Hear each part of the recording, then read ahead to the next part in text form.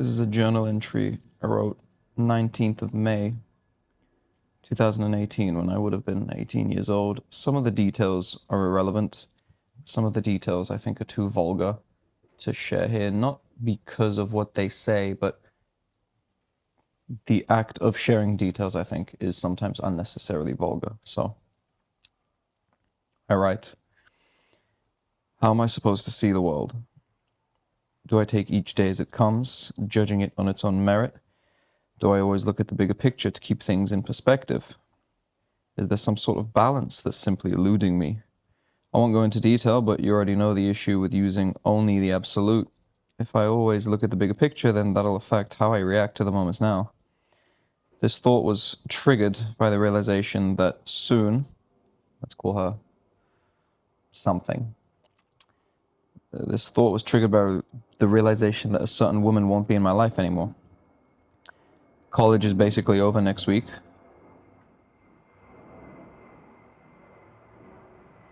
And I feel that she's the only person that I'll miss. My problem, however, is that I've known this for the past few months and I've internalized it as such. Sorry about the plane in the background. But I've been half-assing it. It's been so long that I almost forgot how to move on. I could justify it because she's different, and she is, no doubt about it. And that makes the situation different, but moving on is moving on. It is what it is. I've grown soft recently, and it's time for me to grow up, shut up, and get out of this pit that I've dug for myself, hanging up pictures and memories of her in every crack and crevice of this hole that I can find. But at the same time, if I label this as just a person whose time in my life is running or has run out, that in itself affects how I react. All in all, she stays in my life or not, I need to get stronger and take the focus off of her. She had her time and I had my chance. Whether she's physically in my life or not, I need to let go. It's weird, just as I write that last paragraph, I felt a weird mental shift, as if I've already started letting go. Looks like writing to you actually helps.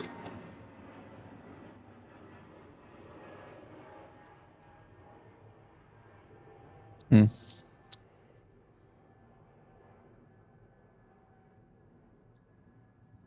was a very conflicted person.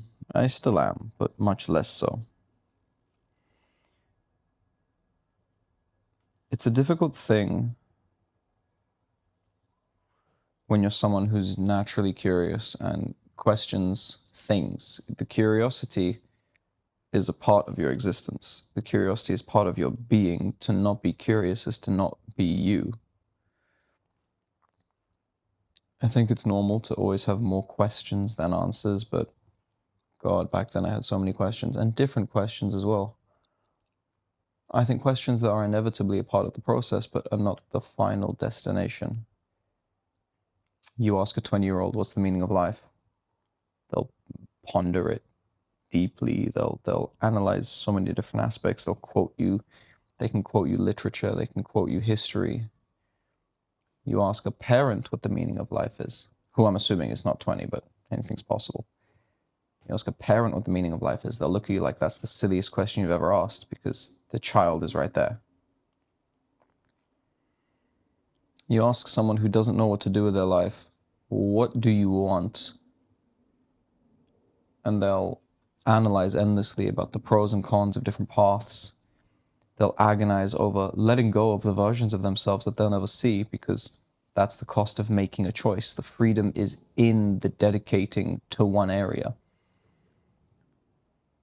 Then if you ask someone who knows what their purpose is, someone who's a born artist or a born athlete or a born teacher or a born performer or a born doctor, mechanic, any profession. You ask them what their purpose is, they will look at you like it's silly. They know they are born for this one thing.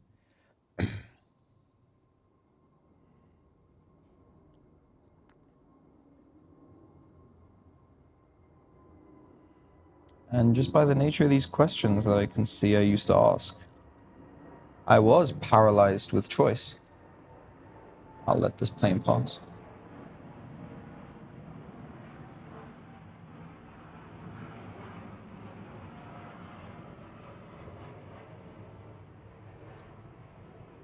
I was so worried about making the wrong decision. I was so worried about failing or hurting someone or making a mistake that I got the order of how you're supposed to live life backwards. I thought you have to set the framework for everything and go into life ready.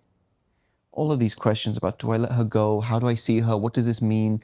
What's the symbolism behind this? I'm like a secondary school English literature teacher asking you, the author said the color of the drapes were red. What does this mean about the main character's psyche? Nothing. It means the drapes were red. There was some quote. I might be butchering this, but we romanticize the past, and the beauty is what we give it when we look back. All that blood was never beautiful, it was just red.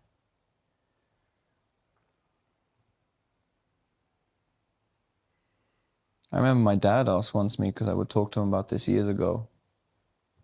He said, okay, all of your questions and everything are fine, but does this get in the way of how you live your life? Is it that extreme? Is it that intense? Is it that severe? And I kind of brushed it off instinctively. I said, no, no, no, no, no. I still, I know how to live life. And only in that moment, when I instinctively blurted out that answer, did I think about it for a little bit after, and I realized, actually, no. I was so concerned with what's right, what's wrong, who I should be, who I shouldn't be. I would put myself into so many cages. And there are various reasons for that, various childhood aspects I could start to dive deep into, but at what point of you being an adult does your problems become your problem to deal with?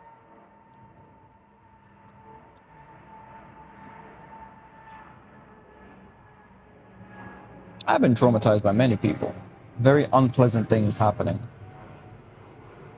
And it's had its effects on my personality and my behaviors that might leak out onto others that's not fair on them. And I could go into therapy speak and psychoanalyze and pathologize, like, oh, this stems from this childhood wound, this father wound, this mother wound, this is the way I am. This is why I react this way. This is why I overreact with this. Okay, cool, man. So what are you going to do about it? It might not be your fault, but it's your problem to deal with. If you don't fix your own wound, if you don't tend to your own wound, you're going to bleed on people that didn't cut you. And of course, I identified with that pain.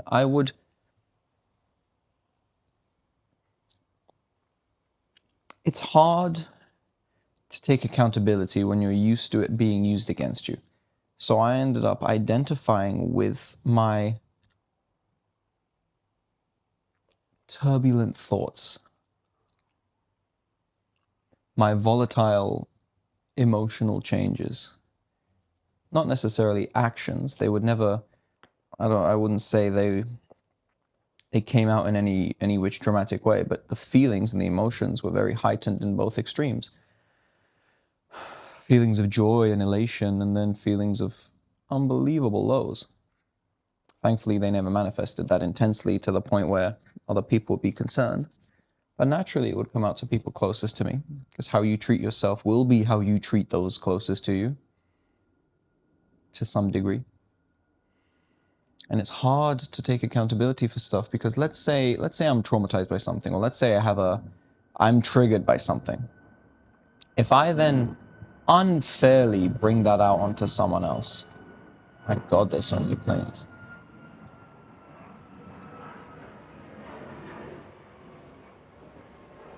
If I unfairly bring that onto someone else and then I catch myself, it is hard to give a genuine apology, because I need to acknowledge what I've done.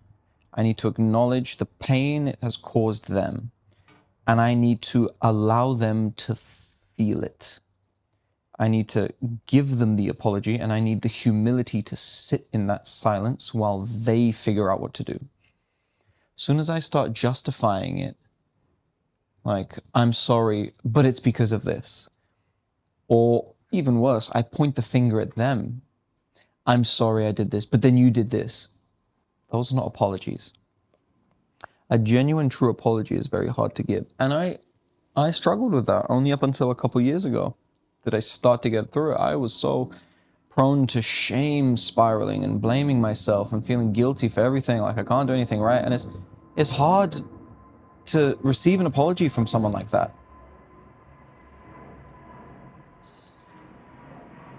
And it's also hard to stand up to someone who is shame spiraling.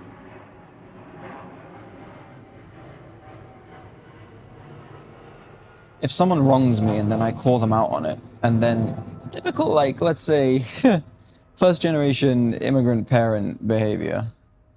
Like, they start gaslighting you, like, you did this wrong. So, oh, I guess I'm just the worst I'm the worst parent ever. Why don't I just go kill myself? Blah, blah, like dramatic things, you know.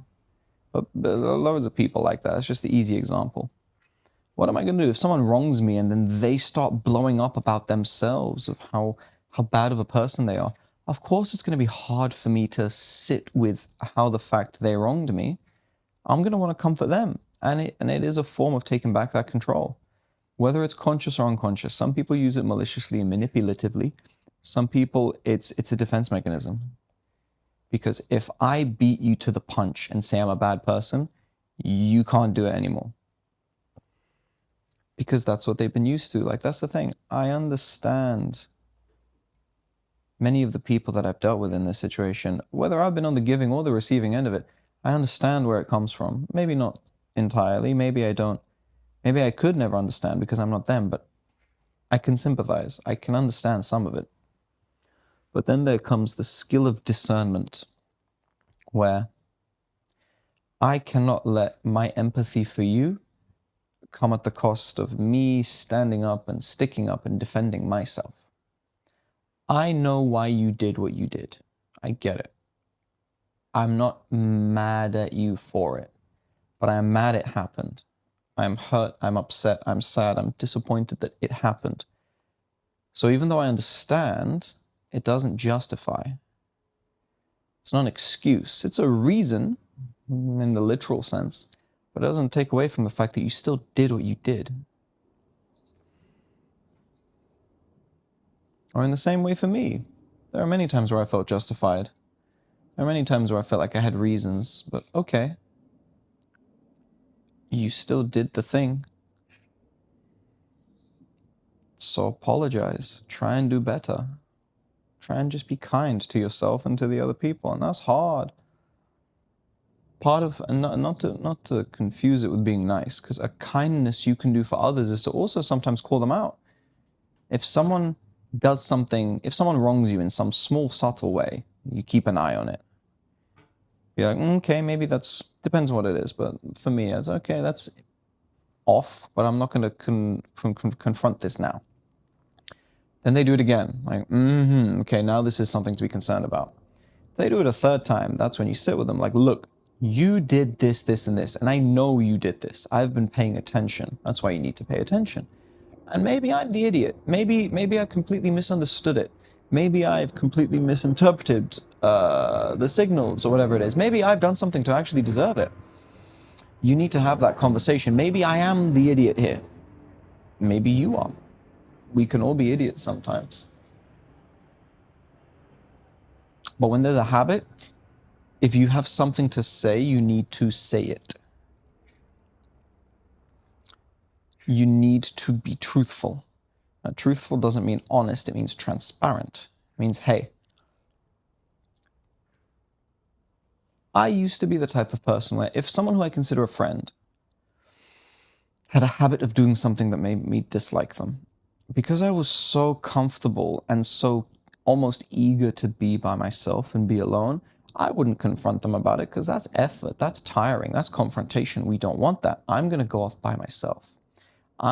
Without you knowing, I'm going to change the dynamic of this relationship because I am acting on information that I have noticed from you, and I'm not going to tell you about it. I am not going to include you in the process of me stopping being friends with you. And that's the wrong way to do it. And that comes from a place of fear because I was afraid of confronting people. I was afraid of the fact I might be wrong, that what I'm noticing is wrong. Maybe it's deserved. I was afraid that maybe I was wrong about them and I'm actually right. I was afraid of being right and wrong. I was afraid of everything. But now if something happens, it's like, look, I value you. I respect you as a friend. I need to give this a chance. I need to give you a chance. And most of the time, when you talk to people plainly, it gets resolved. Most of the time, it's like, man, I'm so sorry. I didn't realize I was doing this. It will change. I'll try and do better.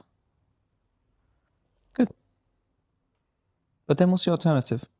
You get into an argument. Of course, it depends how I communicate this. I think I communicate well. I can get my points across with, I used to be very cold and honest and blunt, but that's not the way to go, because honesty without compassion is just cruel. Cruelty without compassion, without honesty, is just manipulation. You need to be honest and you need to be compassionate. You need to be kind to them and yourself, because regardless of how angry I might feel, this is still someone who I want to be open to what I say, you know? If I come at them arguing and angry, of course they're not going to be open to it. What's my priority here? To come to a peaceful resolution, or for me to have a go at you? And sometimes that is people's goals. Sometimes their goal is to have a go at you. Sometimes people just struggle to emotionally regulate themselves. And who am I to say, something about that, other than I don't want to be around those people. If you can't regulate yourself, that's not anyone else's job. Of course there are exceptions, but I'm generalizing here. Another plane. I would rather go to someone and be like, hey, I noticed this has happened. And it's important what language you use. You can't use fighting words. You can't say, you did this, it made me feel bad. You did this, I feel shit. You did this to me, but like, you can't go into it fighting. That's not how you deal with people. That's poor, that's low intelligence communication. Or low skill. It is a practice, ultimately. You're like, look, this is a go-to phrase I have. I say, I hope this is in my head, but I don't want to keep this in anymore. I noticed this has happened on this and this occasion. It's made me feel this. I'm hoping to give you the benefit of the doubt and say that's not what you meant to do, but it's making me feel this. And I wanted to bring this up to you. Well, what is your side? And then you talk about it. You talk about the details. You clear it up. You clarify. You communicate. So many. I've had friendships where things were great. Things were strong for a long time. Then as soon as one piece of conflict happens, friendship's over. The test of your friendship or the test of your relationship is not defined by the good times. It is a measure of how do you get through the conflict, because if you're around for a while, it's inevitable. Recently, a close friend of mine, I lied to her about something. Something to me that was inconsequential. To me, I thought, this is my business. I'm just gonna lie, I'm not comfortable sharing it. And you know what? It was hurtful to her because of when she found out. And then I was like, you know what? I may have had my reasons, and I will tell you my reasons so you can understand them, but it's not to excuse what I did. When I explain why I did what I did, it's so people, I think this is a difference in how people's minds work sometimes. If I'm apologizing, well, this is me now. I used to not do this. If I'm apologizing and I say why I did something, it's not to justify. If it was justifying, I wouldn't apologize. I'd be like, no, I did this because of this. But if I'm apologizing, part of the apology is I want you to understand that I understand why I did it. Because if I understand why I did it, I can change it happening in the future. If someone apologizes to me and say, look, I'm so sorry this happened. It happened because this, and this. I'll make sure this doesn't happen again. I'm like, that's perfect. But if someone says I apologize, or they don't know what they're apologizing for, my God, or they don't know why they're apologizing,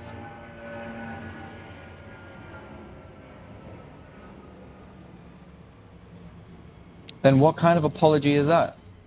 How many times have you had people come to you and say, I'm sorry? You're like, what are you sorry for? I don't know. I just did something wrong. Okay, what? That's useless. You need to identify what you did wrong. If you know there's something wrong, or that it's also on me to tell you, of course, you're not mind readers. But yeah, with my friend, I was like, look, I'm sorry. And I probably shouldn't have lied about it. I want you to understand where I'm coming from. But I understand where you're coming from, and it's still a shitty thing just to be lied to in general, even if it's nothing to do with you. I could have maybe phrased it differently. I could have maybe just given minimal info or say I don't want to talk about it, but it's because I just didn't want to deal with it, and I lied because it was easier. Because we lie a lot of the time out of convenience. We lie because we want to avoid a perceived punishment, or we want to gain a perceived benefit. And my perceived benefit was that no one would know about my business in regards to that, but it's really not that important. And so I apologized. I sat with it. I was like, look, I'm sorry. And it's been a few weeks now. Occasionally it might still be brought up in some way. And I'm like, you know what? It's your right to grieve it, because I know you're not holding it against me. Of course, it depends how the person handles the thing. If someone uses it as fuel against you, if someone uses it as ammo to hold over your head, then that's a different story. It's like, okay, there's the feelings, but now you're choosing to use it as a bargaining chip against me. That's wrong. So yeah, man, apologies are hard. Figuring out what you want is hard. Just existing is hard. I think if you're any kind of person who's self-aware and curious, I would say it goes hand in hand. It's a tough combination. There's lots more about this I could say, but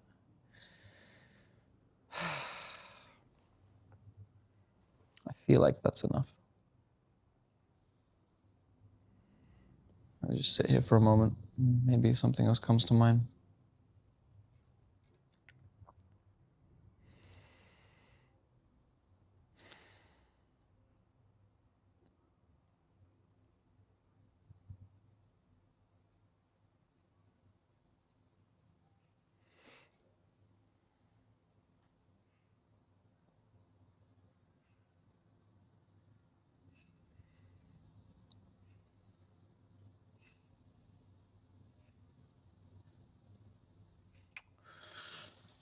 Yeah.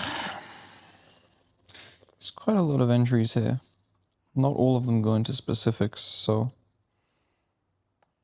I reckon it would be quite interesting to read some other entries.